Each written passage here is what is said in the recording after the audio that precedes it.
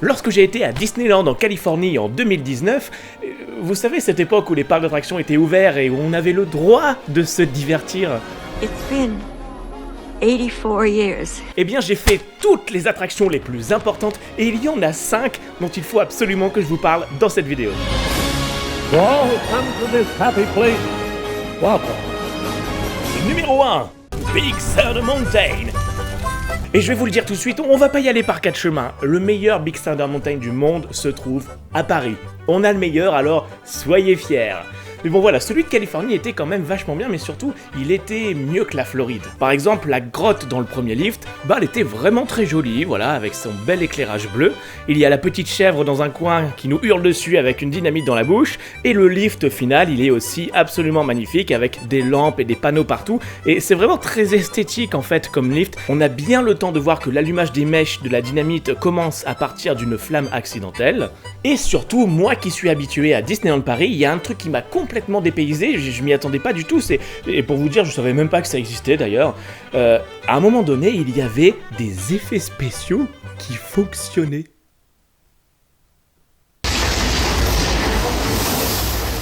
Numéro 2, Indiana Jones Adventure. Qu'est-ce qu'on a pu me casser les pieds avec cette attraction? Tout le monde n'arrêtait pas de dire depuis des années, oui, tu verras, c'est l'attraction extraordinaire, oui, tu verras, c'est la meilleure attraction du parc, bref. Alors qu'au final, ils avaient raison, oui. Ça commence très fort déjà avec la file d'attente qui est complètement immersive puisqu'elle commence dans la jungle et vous allez ensuite entrer dans un temple. Vous avez des pièges à éviter, des traces que ce temple est actuellement en cours de recherche archéologique et la gare d'embarquement qui est absolument superbe. En fait, ce qui est très intelligent dans ce Dark Ride, c'est qu'il va utiliser une grande pièce centrale dans laquelle on va évoluer et on va même voir des voitures un petit peu plus loin. Et ça donne aussi une sensation d'un temple très grand qu'on va pouvoir regarder depuis plusieurs angles à plusieurs endroits et ça rend le tout plus immersif. Le ride system utilisé est vraiment intelligent parce qu'il permet de renforcer l'action, il nous secoue dans tous les sens et d'un point de vue mise en scène, c'est vraiment un superbe outil qui permet de nous faire ressentir l'émotion du danger et de l'urgence. En plus de ça, la scène finale boucle vraiment bien l'action et termine très bien l'histoire. C'est donc une des meilleures attractions du parc Disneyland. Alors chez nous, à Disneyland Paris, on a aussi une attraction Indiana Jones, et donc si certains d'entre vous me disent que ça leur a donné envie d'avoir aussi Indiana Jones Aventure chez nous à Paris, je leur éclaterai la tête par terre. Numéro 3, It's a Small World.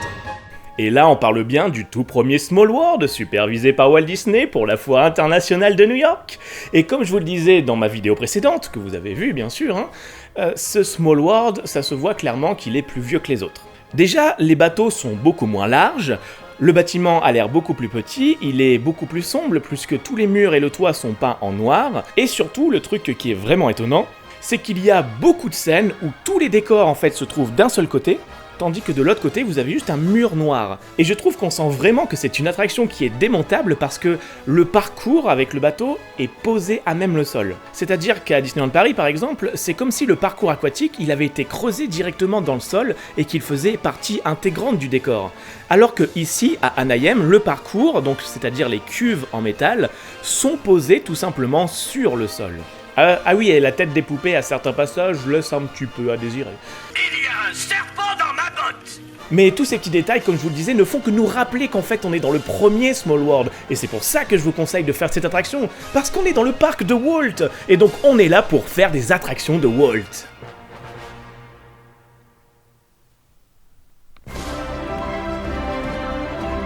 Numéro 4, Haunted Mansion. Comme vous vous en doutez, c'est une attraction que j'attendais énormément. C'est la première maison hantée Disney, quoi. Et donc, j'ai pas eu de chance, mais en même temps, j'ai eu de la chance. Parce qu'à ce moment-là, on était en septembre, et donc Haunted Mansion était dans sa version Holidays avec Jack Skellington.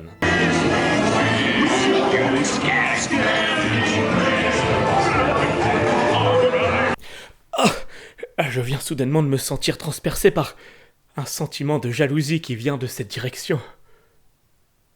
On était début septembre, c'est la rentrée scolaire à ce moment-là, et les mecs, ils avaient déjà tout décoré pour Halloween.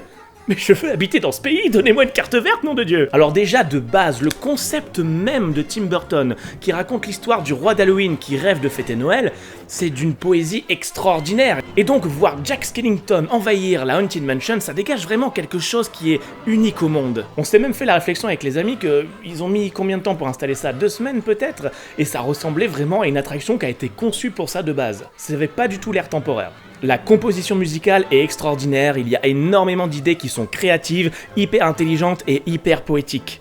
Ce qui est assez étonnant, c'est que la gare d'embarquement, elle a l'air vraiment vide en période normale. Je pense que j'aurais été très déçu de la gare d'embarquement si je l'avais vue hors période d'Halloween. Il y a ce moment qui nous a tous marqués avec cette grosse couronne de Noël monstrueuse au-dessus de nous au plafond. C'était vraiment l'élément de surprise parce que dans une Haunted Mansion, on n'est pas vraiment habitué à avoir quelque chose qui attire notre regard vers le plafond. Au contraire, le plafond, normalement, il faut pas trop le regarder. Et là, de voir ce truc juste au-dessus de notre tête, c'était vraiment une bonne surprise. Et la salle de bal, franchement, c'était ouf. De vous à moi, je vous le dis, hein, j'étais scotché, c'était méconnaissable. Et en plus de voir toutes ces lumières, toutes ces couleurs et la magie de Noël qui sont installées dans une maison hantée avec des fantômes, c'est tellement fort visuellement comme image. On mélange en permanence la vie et la mort dans cette attraction, donc il y aurait de quoi faire toute une dissertation, quoi.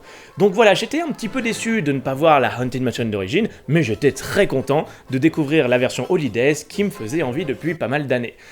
I really outdid myself this time. Look at all the happy faces. Numéro 5, Pirates des Caraïbes. J'étais obligé de finir par cette attraction. Vous vous souvenez ce que j'ai dit après avoir critiqué celle de Floride? Reste encore à faire celui de Californie. Le bébé, le tout premier, celui à l'origine de tout, la dernière création de Walt. Mais du coup, j'ai peur d'être déçu. J'ai donc découvert le fameux Pirates des Caraïbes de Monsieur Walt Disney. Et donc, qu'est-ce que j'en ai pensé? Eh ben, c'était extraordinaire. Et comme je suis pas quelqu'un de très émotif, ou en tout cas, ça l'était sur le moment, mais plus maintenant, voici un petit montage de personnes qui vont réagir à ma place. Alors déjà, cette attraction se trouve à New Orleans Square, mon land préféré qui est absolument magnifique, et l'entrée, bizarrement, n'est pas très impressionnante. Elle est même, je dirais, particulièrement discrète, et la file d'attente ainsi que la gare d'embarquement est beaucoup moins impressionnante que celle chez nous à Paris. Par contre, ce qui est formidable d'un point de vue mise en scène, c'est qu'on commence notre voyage très lentement en douceur dans le bayou.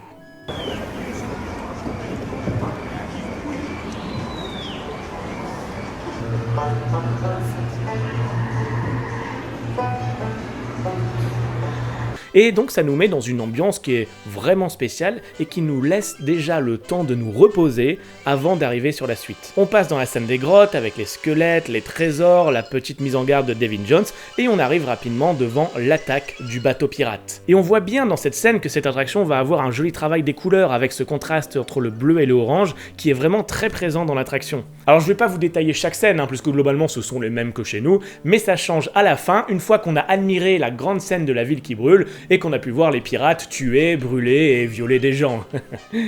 Ah, l'aventure.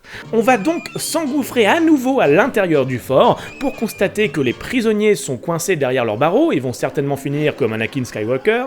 Il y a un très joli passage où on peut voir toute une structure avec du bois en feu qui va peut-être s'effondrer sur nous. Et ce qui m'avait vachement marqué, c'était l'imitation des braises sur les poutres en bois, c'était vachement bien fait. Dommage qu'on ressent pas de chaleur à ce moment-là, ça rajoutait un petit truc. Mais bon, une fois encore, chez Disney, le spectateur ne brûle pas dans les flammes, donc c'est pas immersif, quoi. Et on termine l'action avec des pirates qui vont se tirer dessus au pistolet, mais dans la pièce où se trouvent les réserves de poudre à canon, ce qui donne vraiment un côté enfantin assez puissant. Parce qu'on a vraiment l'impression avec ces pirates qu'on est en fait devant des enfants qui s'amusent et qui n'ont pas conscience qu'ils vont peut-être faire une grosse bêtise. D'ailleurs, j'attire votre attention par rapport à ça sur un élément de mise en scène qui est magique dans l'attraction de Californie. Comment faire comprendre aux spectateurs que lorsqu'on voit des squelettes dans les grottes, on est en fait dans le passé et les pirates sont morts, et que lorsqu'on voit des pirates vivants, on a en fait remonté le temps pour retourner dans le passé, à l'époque où ils étaient vivants. Eh bien, grâce à cet élément de mise en scène très intelligent.